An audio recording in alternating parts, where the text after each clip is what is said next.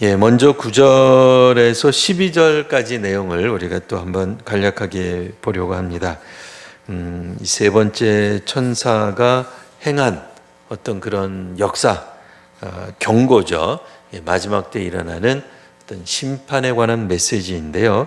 9절부터 보시면 짐승과 그의 우상에게 경배하고 표를 받은 사람들이 어떻게 되겠느냐 하는 얘기를 해줍니다.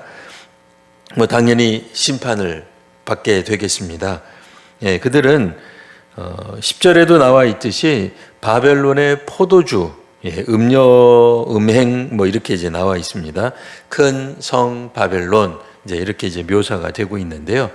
그 바벨론의 포도주를 마신 자들은 10절에 따르면 하나님의 진노의 포도주를 마시게 된다. 그래서 이제 그 바벨론의 포도주는 음행, 그러니까 하나님 믿지 않는 것, 악을 행하는 것이라고 하면서 이제 바벨론의 포도주, 그러니까 바벨론이 제공하는 어떤 뭐라 그럴까요? 우리들에게 그 굉장히 좋은 것들, 그러니까 악인들은 악을 좋아해요. 근데 이제 당연히 하나님 백성이 아니기 때문에 악이 제공하는 그런 포도주를 먹고 마실 때는 즐기고 좋았죠. 권력욕에 혹은 그 밖에 여러 가지 탐욕에 물든 모습으로 살아갈지 몰라도 결국 그 바벨론이 제공한 포도주는 하나님의 진노의 포도주가 된다. 일종의 이제 언어 유희 같은 개념이긴 합니다만 결국 하나님이 주시는 진노를 받게 된다라고 이제 생각하시면 되겠습니다. 그래서 이 짐승에게 속한 사람들, 짐승과 그의 우상에게 속한 사람들이 받는 징벌은 10절 하반절에 보면 거룩한 천사들 앞과 어린 양 앞에서 고난을 받는다로 되어 있습니다. 소위 말하는 최후의 심판대 앞에 서게 될 것이다 라고 하는 것이고요. 또 그들이 받는 고난은 11절에도 나와 있지만 고난의 연기가 세세토록 있을 것이다. 그래서 영원히 고통을 받게 될 것이다 라는 말입니다. 그러니까 회개하지 않는 사람들은 불과 유황의 고난을 받게 될 터인데 이 불과 유황에 대한 거는 우리 유대 묵시문학, 그러니까 유대교적 배경을 잘 아는 사람들이 들을 때는 불과 유황 그러면 우리 일반적으로는 불과 유황이 소돔 고모라를 당연히 뜻하지 않죠. 그렇지 않습니다. 그러나 성경을 읽은 사람, 또 성경의 세계관에 익숙한 사람들은 그래 맞아. 이 불과 유황은 구약 성경에 나타나 있는 소돔 고모라에게 내려지는 하나님의 진노의 심판이야 라고 생각하게 될 겁니다. 그래서 이 불과 유황은 당연히 고난을 뜻하는 것이며 소돔 고모라에 내리셨던 하나님의 심판을 자연스럽게 떠올리게 된다라고 말을 할 수 있습니다. 그러니까 이들은 그러면 어떤 하나님의 진노의 포도주를 마시느냐? 10절 중간쯤 보시면 그 진노의 잔에 섞인 것이 없이 부은 포도주라고 되어 있습니다. 간혹 우리들도 무슨 청, 무슨 진액 이런 것들을 잘 받아서 보관해서 필요에 따라서 물을 1대 10 정도 넣어서 희석해서 드시는 경우들이 종종 있습니다. 그러니까 섞이지 않은 원액이라고 하는 것은 대부분 먹으면 너무 독해서 오히려 몸에 해로울 지경이죠. 그러니까 아무리 몸에 좋은 거라 할지라도 물에 잘 희석해서 먹는단 말입니다. 근데 이 진노도 희석이 되면 좋을 텐데 진노의 포도주가 희석이 되지 않은 그러니까 섞인 것이 없은 부은 이거는 뭐예요? 원액 포도주. 그러니까 원액은 어떤 여기서 원액이죠? 진노의 원액. 그러니까 엄청난 이거는 어떻게 할 수 없는 피할 수 없는 고통이 아주 심한 그런 포도주, 진노의 포도주를 먹게 되는데 아까도 보았듯이 불타는 유황이죠. 불과 유황. 그러니까 불타는 유황이 그러니까 한 문장으로 만들면 불타는 유황이고 둘로 나누면 불과 유황. 고통을 당한단 말입니다.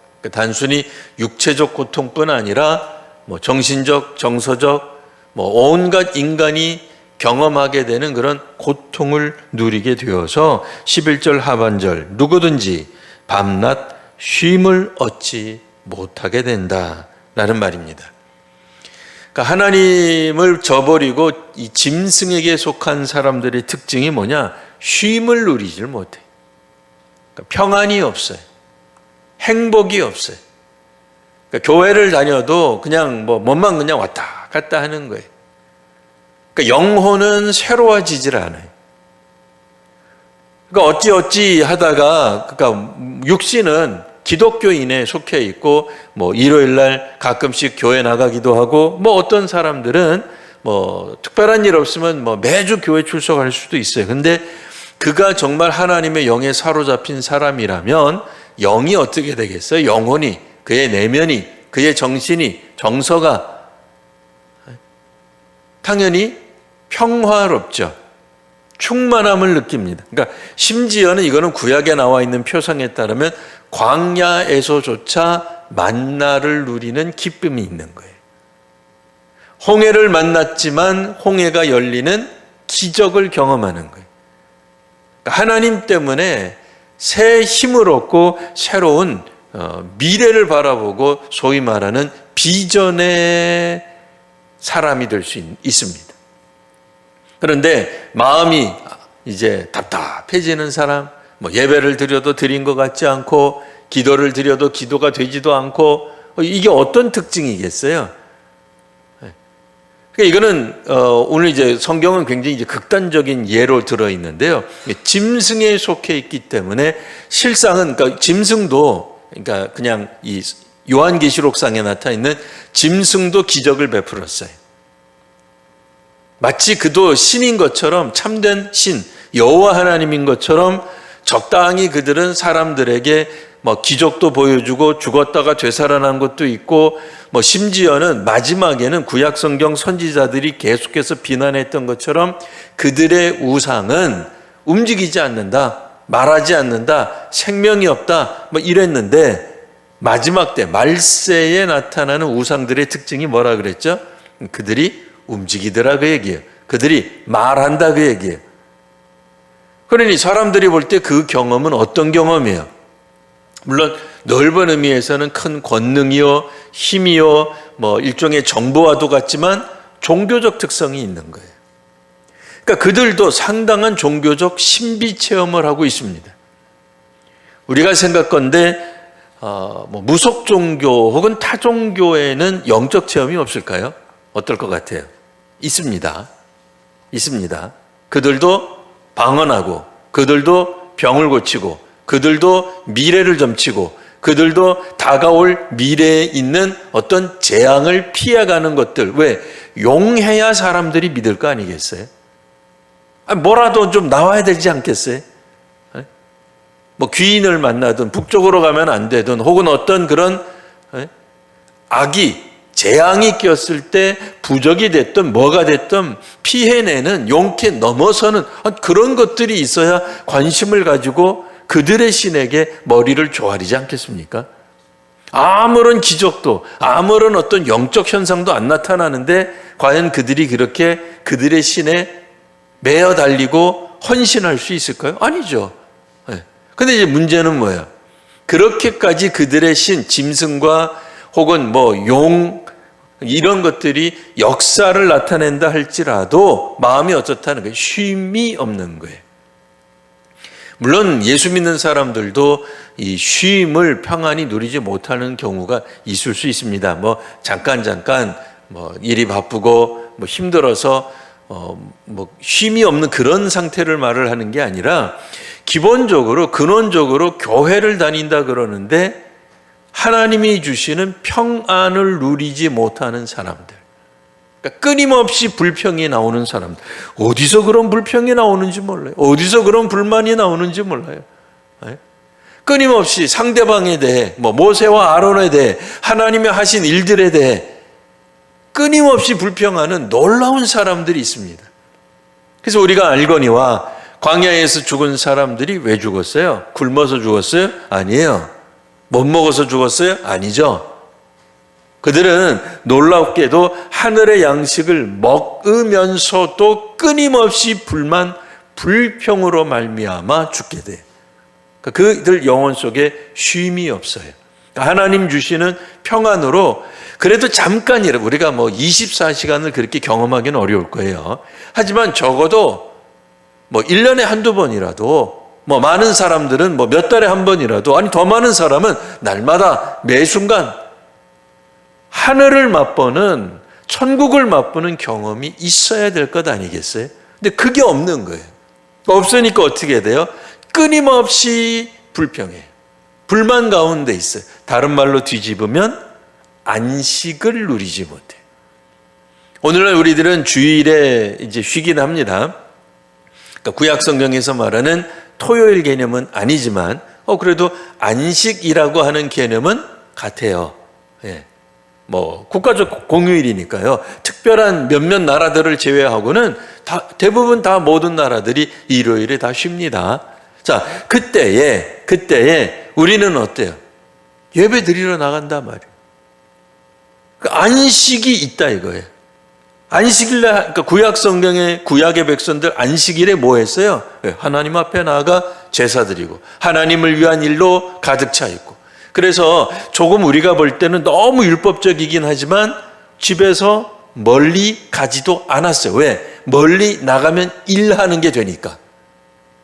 뭐 우리처럼 예배당에 모여서 예배를 한 건 아니었으나 적어도 그들은 그들의 가정에서, 그리고 혹 안식일에 이동한다 할지라도 일이 되어서는 안 되는 수준으로만 겨우 나가는 정도. 왜? 그게 일이 돼버리면, 노동이 돼버리면 안식을 못하니까. 철저하게 안식을 누렸다 그 얘기예요. 경험한 거예요. 왜요? 하나님이 강제적으로 인간들로 하여금 노동에서 벗어나 쉴 수 있도록 만든 것이기 때문에 그래요. 그래서 육신이 편해지면서 그냥 세상 것으로 향해 나가라는 게 아니라 하나님께 집중할 수 있도록 만들어 놓은 거예요. 뭐 예를 들어 오늘 같은 날 공휴일이잖아요. 오늘 우린 대한민국이니까, 또 서울이니까. 우리 교회가 이제 사실은 좀 멀리 사시는 분들이 있었어요. 옛날에 저기 경기도권 의정부 넘어서도 오셨던 성도님 계세요. 뭐 이사를 가니까 오신 거죠. 일산 쪽 가셨어도 오셨어요. 뭐 지금도 멀리 계시지만 그래도 우리 교회 오시는 분들이 있어요. 오늘 같은 날 얼마나 좋아요. 왜요? 공휴일이잖아요. 회사 안 나가잖아요. 물론 어떤 직종은 오늘도 여전히 회사 나갑니다. 그러니까 그분들은 마음에 상처 받으실 필요 전혀 없어요. 상처 안 받으셔도 돼요. 그분들 겨냥한 게 아니에요. 뭐 혹시 오늘 쉬는 그런 직장을 다니신 분들 같으면 어떻게 되겠어요? 내가 평상시에는 하나님께 집중 못했단 말이에요. 오늘 같은 날 집중할 수 있는 거잖아요. 1년에 몇 안 되는 날이잖아요. 세상에 수요일 날 딱 수요일 날, 수요 사경에 있는 날 공휴일이 꼈네. 금요일인데 공휴일이 꼈네. 그러니까 뭐 이제 가족과도 오늘날 보내야 됩니다. 자기 개발 하셔야 됩니다. 하지 말라는 게 아니에요. 그러나 1년에 정말 몇 없는 황금 휴일이에요. 이럴 때에 하나님 앞에 나아가 안식하는 사람이 있다. 그게 뭐겠어요? 그걸 왜 가능하냐 말이에요. 하나님 안에서 하나님이 주시는 안식을 경험한 사람은 그것을 붙잡게 돼 있어요. 또 받고 싶은 거예요. 또 경험하고 싶은 거예요. 그러니까 이거는 누가 뭘 어떻게 해가지고 강요해서 되는 게 아닙니다. 그런데 반대로 짐승도 뭐 상당한 어떤 영향력을 끼치고 영적인 경험을 하게 하고 하지만 결국 그들은 어떻다는 거예요? 쉼이 없어요. 그러니까 이 마지막 때가 되고 말세가 되면 될수록 우리의 종교성이라는 그 표현이 좀 그렇습니다. 이건 이제 보편적 개념으로서 종교성이 분명하게 드러나게 되어 있어요. 그 쉼을 못 얻는 거예요. 성경을 읽어도 예배를 드려도 쉼을 못 얻는 거예요. 그러니까 그 사람들은 어디엔가 잘못된 신앙을 갖고 있는 거죠. 근데 믿음의 사람들은 그러면 어떻다는 거예요? 그 반대 어떤 현상이 벌어진다고 우리가 예단할 수 있겠죠? 예, 그 추측이 맞습니다. 그 예측이 맞습니다. 자, 한번 계속해서 보면은, 자, 반면에, 우리 미리 한번 보시면 13절에도 보면 중간쯤에 이런 표현이 나요. 자, 그러하다 그들이 수고를 그치고 쉰다. 이게 이제 반대편에 있는 사람들 얘기죠. 자, 어쨌든 이제부터 12절 한번 더 보고요. 자, 성도들에게 그러면 무엇이 필요하겠는가? 마지막 때 이 세 번째 천사까지 나타나서 이제 전 인류를 향한 이제까지 믿지 않고 또 심판받지 않던 그런 나머지 인류들에 대한 전적인 심판에 대한 예고가 있을 때에, 그때 아직도 여전히 믿음의 사람들이 함께 존속하고 있는데 그들에게 무엇이 요구되는가? 그들은 인내, 충성해야 된다, 그 얘기. 그 천사가 얘기해 주는 거예요. 한쪽은 섞이지 않는 포도주 받을 거고 불타는 유황을 받을 거고 그들은 밤낮 쉼을 못 얻는 거예요. 뭘 해도 쉼이 없어요. 하지만 성도들은 인내하라, 충성하라는 거예요. 성도들이 유의해야 될 것은 인내요. 두 번째는 뭡니까? 하나님에 대한 계명에 순종이 필요합니다. 이 12장 요한계시록 12장 17절에 보시면 성도란 무엇인가? 오늘날 여러 가지 정의가 있습니다. 교회를 출석하는 사람, 교회에서 세례를 받은 사람, 혹은 우리가 교회에다가 우리가 등록한 사람, 여러 가지 정의가 있을 수 있어요. 그런데 요한계시록에서 성도는 누구냐? 성도는 뭐라고 정의할 수 있느냐? 하나님 계명에 순종하는 사람이 성도예요. 이 중요한 개념이죠. 왜냐하면 성경적 개념이니까. 말세에 하나님이 바라보시는 성도의 판가름, 성도에 대한 분별, 성도를 어떻게 하나님이 구별하시느냐라고 할 때 그 구별은 교회 다닌 지 몇 년, 혹은 교회에 출석했느냐, 교회에 헌금 많이 했느냐, 교회에서 세례를 받았느냐가 아니라, 그런 게 안 중요하다는 게 아니에요. 그런 건 우리가 세상에 있는 동안에 굉장히 중요한 요소이면 틀림없습니다. 하지만 마지막 때 주께서 보시는 판단 기준은 하나님 계명에 대해 순종했느냐 이거예요. 세 번째는 예수에 대한 믿음을 지키는 사람. 그러니까 예수께 충실하느냐 이거죠. 예수께서 가르쳐 주신 예수님에 대한 그리고 예수님이 가르쳐 주신 말씀들을 순종하며 살아가느냐. 사실 우리가 예수님에 대한 그런 순종, 예수님에 대한 충성, 예수님에 대한 믿음을 지키는 사람, 이건 이제 주께서 이 땅에 계실 때, 인간으로 계실 때에 보여주셨던 삶이 있어요. 그 삶을 모델로 해서 우리들도 살아가느냐. 그러니까 성도는 뭐예요? 그리스도인이죠. 그리스도인이란 그리스도를 따르는 사람들이라는 뜻입니다. 자, 그래서 13절에서 보시면, 특별히 이제 하늘에서 음성이 들립니다. 자, 이 내용을, 이 메시지를 기록하라. 이렇게 나옵니다. 요한계시록 우리 다 읽어보셔서 아십니다만 어떤 부분은 기록하지 마라 이런 것도 있었어요. 근데 이거는 반드시 기록하라는 거예요. 왜? 두고두고 알아야 되니까. 왜 알아야 됩니까? 복이 있다라고 표현하는 몇 안 되는 요한계시록 9절이기 때문에 그래요. 자, 어떤 복이 있습니까? 자, 주 안에서 죽는 자들은 복이 있도다. 어떤 집단에는 요한계시록상에서는 어떤 집단, 어떤 사람들에게는 하늘의 특별한 축복이 임합니다. 누구에게 임하느냐? 요한계시록의 말씀을 듣고 순종하는 자에게 축복이 있습니다. 이거 1장 3절에 있는 거고요. 자, 두 번째, 어떤 복이, 누구에게 복이 임하느냐? 요한의 때로부터 종말에 이르기까지 주 안에서 죽는 자들은 하나님의 복이 임합니다. 자, 주 안에서 죽는 자들이란 그러면 뭐냐? 그 다음에 이제 쭉 나오죠. 성령이 이르시되 그러하다 그들의 수고가 그치게 되고 쉬게 될 것이다. 예, 성도들은 수고를 그치고 쉬게 될 것입니다. 수고하며 살아가요. 이 땅에서 우리가 왜 수고를 안 하겠습니까? 하지만 이제 주 안에서, 그리스도 안에서 죽은 사람들은 평화와 안식을 누리게 됩니다. 뭐요? 평화와 안식 가운데서 그리스도의 재림을 기다리기 때문에 그래요. 짐승이 주는 건 그런 게 없어요. 다른 종교가 주는 거는 그런 게 없어요. 그들의 신이 재림한다, 그런 게 없어요. 근데 우리는 특별히 그리스도께서 부활하셨고 재림하신다는 신앙이 있습니다. 그래서 그리스도, 예수를 믿는 사람들이 죽게 된다 할지라도 그들은 평화와 안식을 누리는 거예요.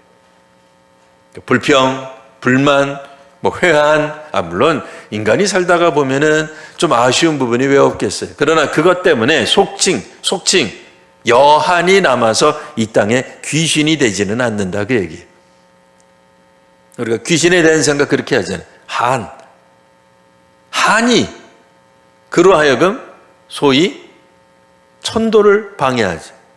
네. 그러니까 승천을 방해하잖아요. 그래서 남아있으면 그거를 귀신이라고 보잖아요. 아니, 제가 그걸 믿는다는 얘기가 아닙니다. 그런 뜻이 아닙니다. 예. 근데 우리는 그렇게 여한이 남아서 복수의 칼날을, 그렇지 않아요. 실제로 이 주 안에서 믿는 사람들 마지막 때에 이 죽음에 가까울수록 어떤 특징이 있죠? 그러니까 나이를 많이 먹을수록 또 그런 현상이 나타나지만 일반적으로는 죽음에 가깝고 그걸 알아요. 그런 사람들이 어떻게 돼요? 평안해져요. 붙잡고 있던 거를 다 놔요. 원망, 분노, 다른 사람들에 대한 어떤 저주하면서 죽는 사람, 그래요. 예? 물론 이제 우리가 나라를 빼앗겠다. 그러면 이제 우리 나라를 빼앗은 사람들을 향해 저주할 수 있죠. 예. 그럼에도 우리가 안식을 누릴 수 있는 건 뭐예요? 내 때에 독립 못했다, 이거예요. 이거를 말이에요. 이 피끌러, 이 원한을 해서 다른 사람한테 주는 게 아니라, 물론 그런 거는 이제 교훈으로 줄 수 있겠지만, 죽는 사람은 어떻게 평안할 수 있어? 그리스도를 믿기 때문에, 하나님의 역사하심을 믿기 때문에 온전히 하나님께서 이 역사를 이끌어 가심을 믿고, 이제 내가 주 안에서 다시 주님이 재림하셔서 이제 나도 주 안에서 부활할 것을 믿으며 나아가는 것. 또 사실 그 기독교의 마지막은 뭐예요? 종말이에요.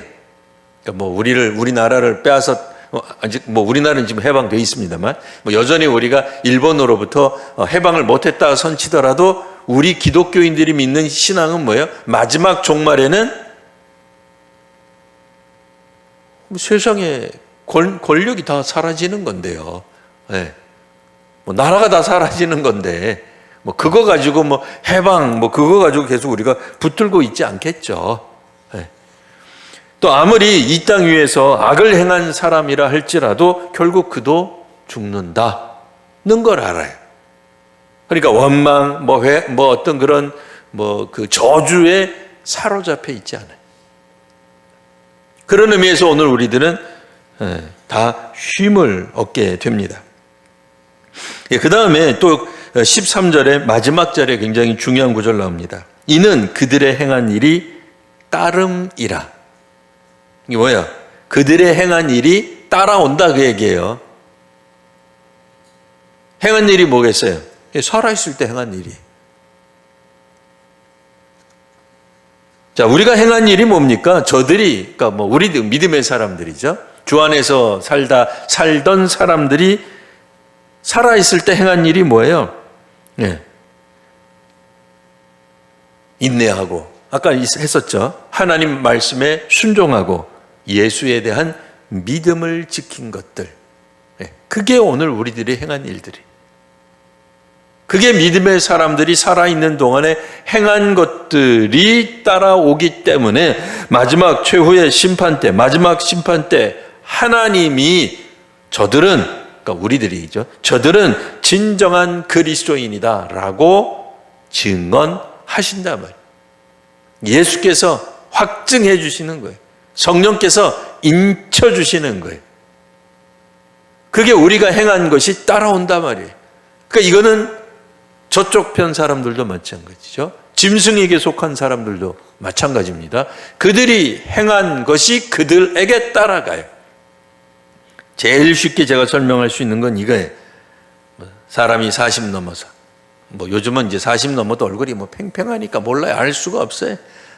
요즘은 70 넘어서 이쯤 할까요? 얼굴에 주름이 질 수밖에 없습니다. 사람들은. 근데 어떤 사람은 이 참 웃는 상이에요. 물론 이제 너무 또 웃으면 또 눈가에 주름이 자글자글하다고 일부러 안 웃으시는 분들이 있어요. 이렇게 내리고 일부러 안 웃는 분들도 있긴 합니다만, 60 넘어서 얼굴상은 그건 자기가 살아온 대로 나오는 거예요. 남이 만들어주는 게 아니에요. 강 건너 압구정동에 있는 무슨 병원에서 만들어주는 그거 아니다 말이에요. 원래 자연적으로 자신이 살아온, 많이 웃은 사람은 웃는 상이 되게 돼 있어요. 이 근육이 사실 옛날같이 우리가 잘 안 움직여져요. 나이가 먹으면 먹을수록. 근데 자주 쓴 근육은 쉽게 그쪽은 되는 거예요. 안 쓴 근육은 아무래도 좀 굳어지겠죠. 퇴화하겠죠. 그러나 잘 쓴 근육은 잘 쓴 근육대로 나오는 거예요. 그러니 근심, 걱정, 그냥 쉼이 없이 사는 사람은 그냥 얼굴을 보면 알아. 저 사람은 그냥 쉬지를 못했어요. 10대 때 얘기가 아니잖아요. 10대 때 어려웠어도 20대 극복하고 30대 예수님 만나서 얼굴이 펴지기 시작하면 60, 70 지나면 얼굴이 펴지게 돼 있단 말이에요.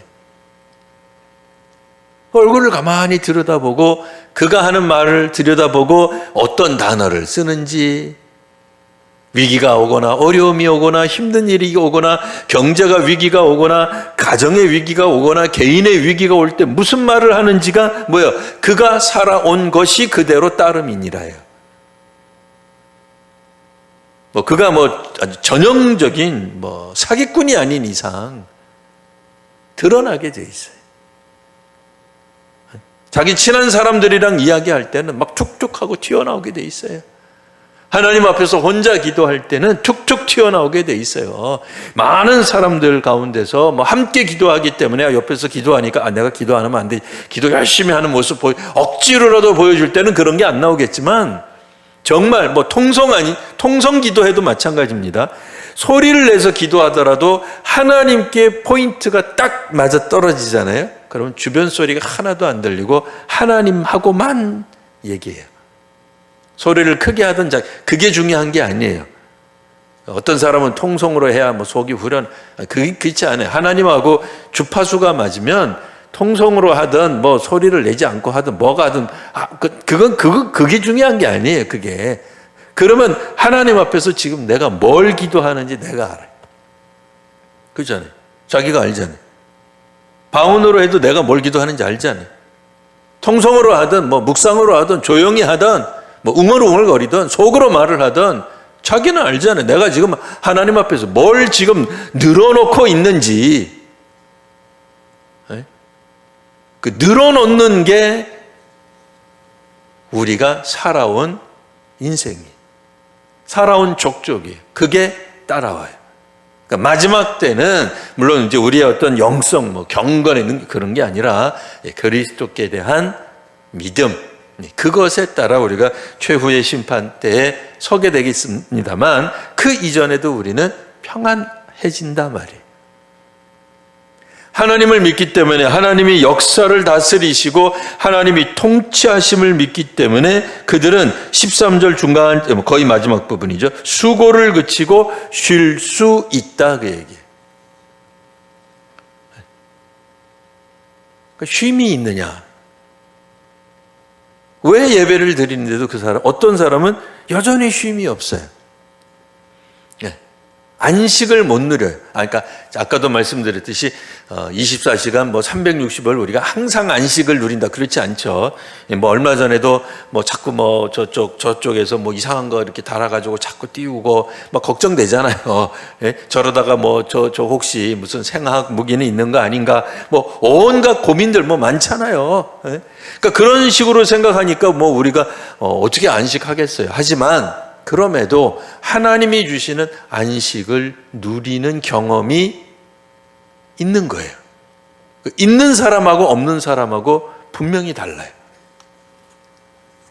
자, 그리고 나서 이제 오늘 마지막 부분 14절에서 16절에 보시면 이제는 또 다른 장면이 갑자기 나옵니다.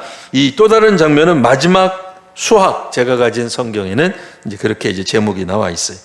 땅에 추수가 일어나는 거죠.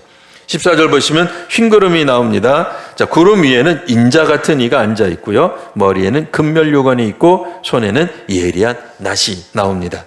자, 뭐 우리 뭐 다 아시겠습니다만 뭐 흰 구름 그러면 이제 하나님의 임재를 상징하는 것입니다. 뭐 구름이 이제 뭐 허다한 뭐 무리, 뭐 믿음 뭐 이렇게 해가지고 뭐 예수께서 오시는 뭐 구름에 대해서 엉뚱하게 해석하는 뭐 그런 경우도 있긴 합니다만 그렇지 않죠. 요한계시록에서 기본적으로 구름 타고 오신다, 뭐 허다한 군중, 뭐 믿음의 사람 그게 아닙니다. 그러니까 하나님의 임재를 나타날 때 예수께서 임재하실 때도 구름 가운데 나타나시는 거예요. 구약에서도 임재의 상징으로 구름이 나타나는 겁니다. 광야의 백성에게도 구름과 불기둥이 있는 거예요. 하나님의 임재죠. 자, 임재를 상징하는 구름, 그러니까 예수님의 재림 때도 당연히 예수님도 하나님이시기 때문에 구름이 나타나고요. 여기 뭐 당연히 흰 구름, 흰색, 순결하다, 깨끗하다 우리가 이렇게 생각할 수 있겠습니다. 자, 여기 보시면 또 면류관을 면류관이 있더라. 면류관은 요한계시록에서 계속 나왔어요. 승리자가 갖는 것이 면류관이죠. 뭐 진 사람 면류관 못 쓰죠. 어떤 뭐 경기에서 이긴 사람에게 주어지는 것이 면류관입니다.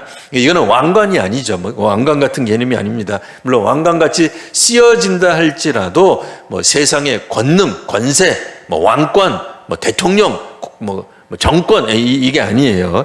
면류관 승리한 사람. 그러니까 여기서 인자 같으니 이건 뭐 그리스도 외에는 뭐 달리 나올 수가 없어요. 뭐 그 외에 다른 해석하는 게 다 이단입니다. 자, 근데 이제 그 손에 예리한 낫을 가졌다는 거예요.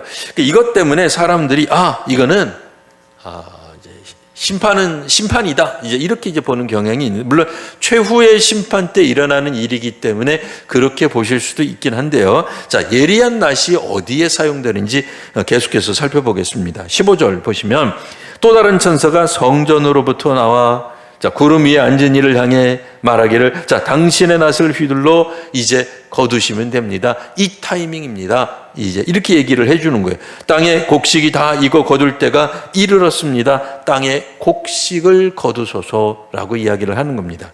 물론 또 잘못 오해하셔가지고 그리스도께서 자신이 언제 등장할 줄 몰라서 천사가 갑자기 PD처럼 그 드라마 PD처럼 나타나서 자, 큐, 액션 해가지고 그때서야 그걸 보고 예수께서 이렇게 보는 사람 아무도 없길 바랍니다. 그렇지 않죠. 그런 얘기가 아니라 일종의 어떻게 보면은 드라마틱하게 이야기가 전개되는 거고 이제부터 벌어질 일이 무엇인지 마치 설명해 주는 것으로 이해하시면 됩니다. 그러니까 천사의 명령이 없어서 그리스도께서 지금 나갈까? 다음에 나갈까? 3초 후인가? 2초 후인가? 그거 아닙니다. 그 얘기가 아니고 지금 그리스도께서 최후의 마지막 때 하실 일이 무엇인지 그 내용을 먼저 요약해서 알려주고 있는 거예요. 자, 그런데 뭐라 그랬다고요? 15절에 땅에 곡식이 익어서 거둘 때가 되었습니다. 땅에 곡식을 거둔다. 이게 불신자 심판하는 게 아닙니다. 여기서는 15절, 16절에 나와 있는 것은 마지막 때에 어떤 추수를 말해요. 그래서 이제 어떤 사람들은 이것이야말로 휴거다. 그러니까 휴거를 가르치는 문장이다. 뭐 이렇게 이야기를 했는데 휴거라고 읽으셔도 좋고요. 아니면 믿는 사람들을 주께서 특별히 따로 보호하심, 거두심. 이 추수라고 하는 개념을 우리가 이렇게 생각해 볼 수 있겠습니다. 추수는 과연 무엇일까요? 땅에 곡식이 있게 되면은 추수하게 될 때는 그냥 베고만 끝납니까? 추수했다라고 하는 말이 뭐예요? 곡식을, 추수한 낫을 되어서 자른 곡식을 곳간에, 창고에 드리는 행위. 이게 이제 추수하는 겁니다. 그러니까 주인이 무언가를 하기 위해서, 뭐 쌓아두기 위해서, 뭐 팔던, 자신이 먹던, 뭘 어떻게 하던, 완전히 주인의 손에 의해 열매가 끝이 난, 그러니까 그 1년 농사가 마무리된 형태가 추수했다 그러죠. 안 그러면 추수를 망친 거죠. 근데 지금 그리스도께서 추수를 잘 완수하는 모습이에요. 그러니까 추수의 대상은 누구일 수밖에 없어요? 믿음의 사람들, 천국에 들어갈 모든 사람들이 복음의 응답을 했다 이거예요. 그리고 그 때가 된 거, 우리는 알 수 없는 그 하나님께서 역사하실 그 때가 된 것입니다. 그래서 16절에 보시면 구름 위에 앉으시니가 그리스도께서 재림하신 것을 상징하겠죠. 낫을 휘두르십니다. 마지막 때에 이 재림하셔서 최후의 심판은 누가 통제하시는 거예요? 그리스도께서 통제하시는 거예요. 여러 번 계속 나오지만 요한계시록을 읽고 무서워서 못 읽고 그리스도가 귀신입니까? 왜 무섭습니까? 그렇게 읽으시면 안 되죠.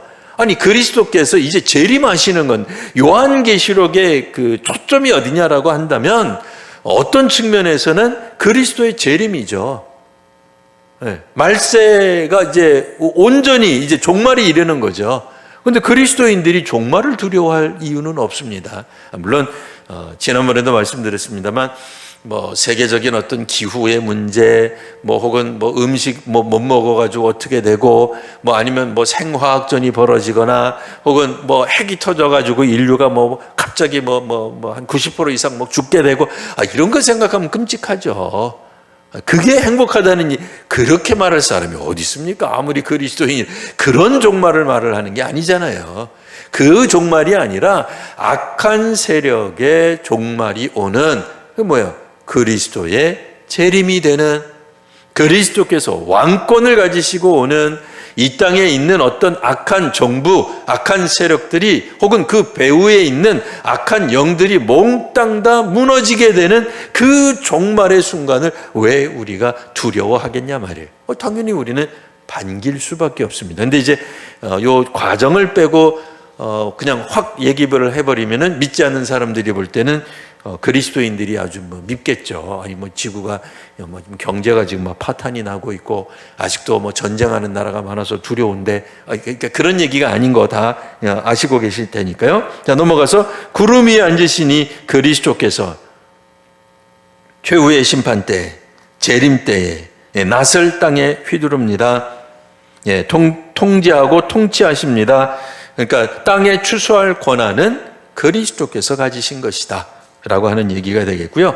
땅의 곡식이 잘 거두어집니다. 믿음의 사람들, 믿음을 지킨 사람들, 인내한 사람들, 하나님 계명을 따르고 예수님의 말씀에 예수님의 믿음을 지킨 사람들은 다 추수 대상이다, 그 얘기예요. 그러니 걱정할 필요가 없죠. 그러니까 우리는 누구라고요? 우리는 당연히 추수할 때는 세상의 끝이요, 추수꾼은 천사들입니다. 그러니까 어떤 이단이 말하는 그 추수가 아니고, 그게 아닙니다. 그게 아니고, 추수 때가 언제가 추수 때? 마지막 때. 추수를 정말 하게 될 때는 언제? 문자 그대로 종말의 때, 예수께서 재림하실 때. 추수하는 이들은 이제 그리스도와 또한 그리스도께서 함께하는 그런 어떤 천사들이 땅의 곡식을 거두게 될 겁니다. 자, 이런 어떤 믿음을 가지시고 우리가 한번 성경을 마무리해 보면, 그럼 종말이 왜 필요하겠는가? 이런 이제 생각을 해볼 수 있습니다. 요한계시록에서 여러 군데에서 이 종말에 관한 이야기를 지금 오늘도 하고 있는데요. 종말은 그리스도교, 기독교 신앙에 있어서는 그의 백성을 위하여 그리스도께서 재림하실 것이라 약속하셨기 때문에 종말이 있습니다. 믿음의 사람들은 종말에 대한 그래서 신앙을 가지고 있어야 돼요. 근데 마지막 때에 사탄이 이제 잘못된 어떤 그런 기독교 신앙을 가진 이단들, 사이비들을 통해서 종말을 이제 한국 교회가 더는 이야기하지 않도록 이제 만들어 버렸죠. 종말에 대한 이야기를 하면은 저것들도 이단 아닌가? 라고 사람들이 이제 의심의 눈으로 보게끔 만들고 있다는 거죠.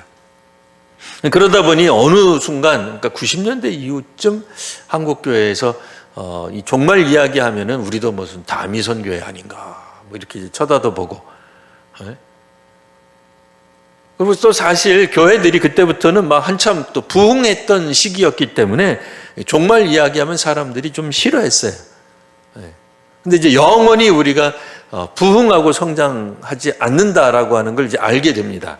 뭐 전 세계 어디나 다 마찬가지입니다. 그러니까 뭐 지금은 뭐 아프리카 몇몇 지역과 중남미 지역이 예전에 우리 한국 교회가 부흥 성장했던 것처럼 성장하고 있습니다.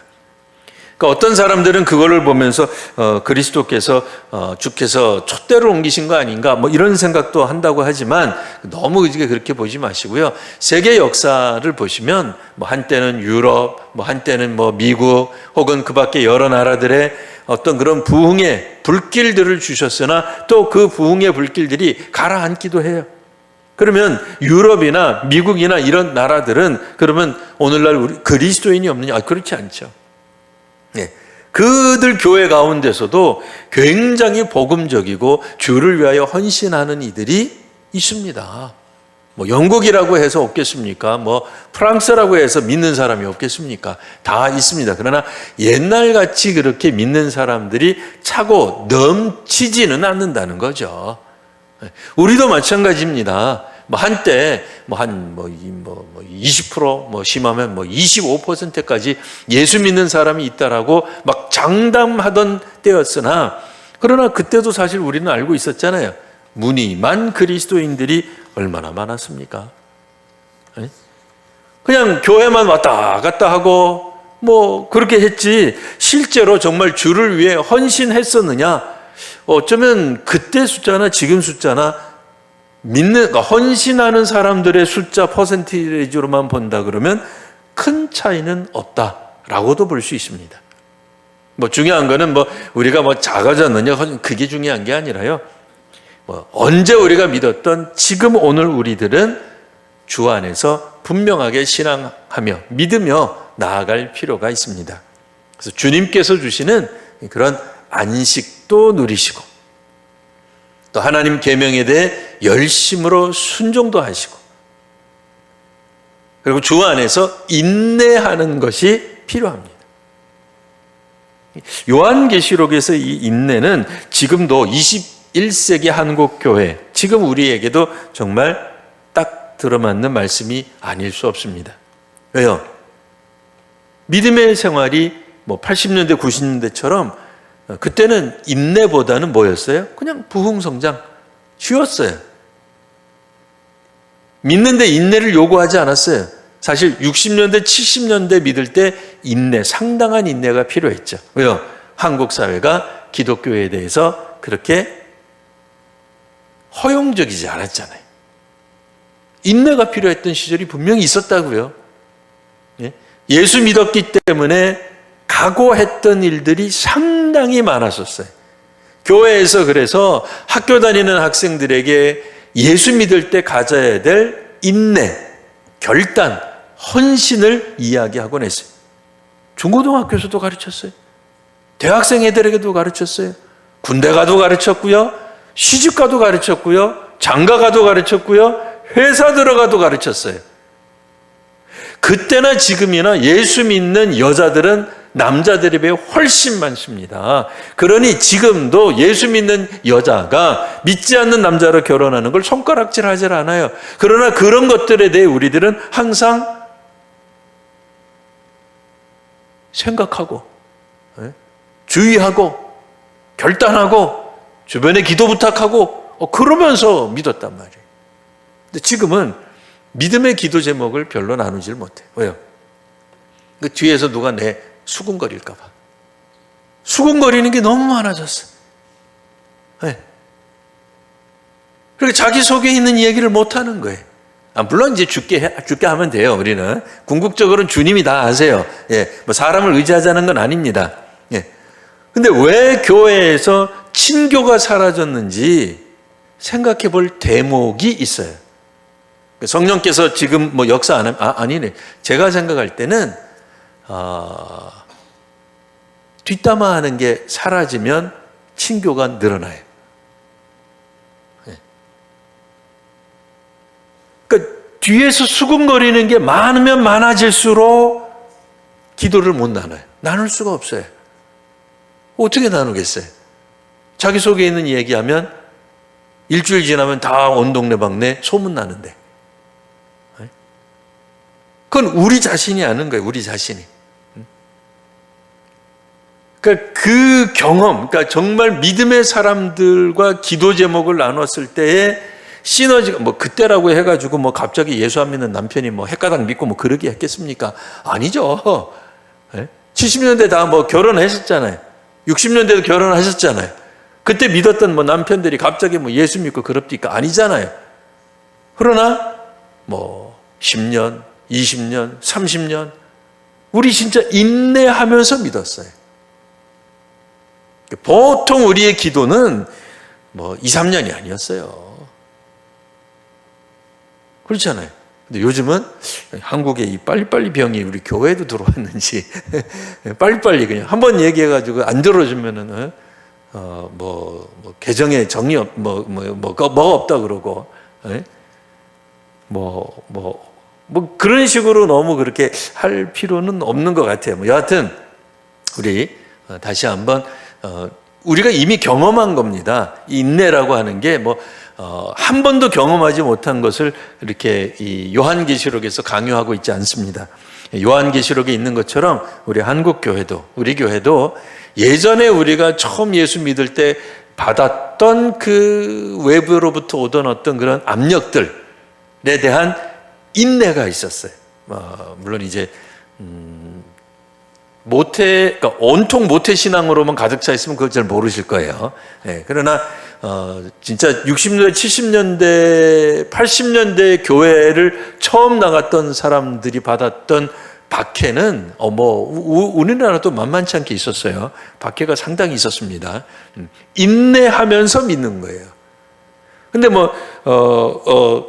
이 모태신앙 가정에서 태어났다 하더라도 사회가 기독교 문화는 아니었잖아요. 그러니까 우리가 학교 생활하거나 직장 생활하거나 그 밖에 여러 가지 것들을 할 때 믿음의 사람들이 갖는 인내가 있었습니다. 오늘 다시 한번 인내하며 우리 주 앞에 헌신을 회복하는 우리 귀한 성도님들, 저와 여러분 모두가 되시기를 바랍니다. 기도하겠습니다. 주님, 이제 저희들로 하여금 인내하는 그리스도인들이 되게 하여 주옵소서. 참고 견디며 억울한 일을 당해도 핍박이 오거나 환난이 와도 위기가 와도 우리가 인내하며 주를 믿는 저희들이 되게 하여 주옵소서. 마지막 숨이 다하는 그 순간에도 우리 주님 때문에 평안함, 안식을 누릴 수 있는 저희가 되게 하여 주옵소서.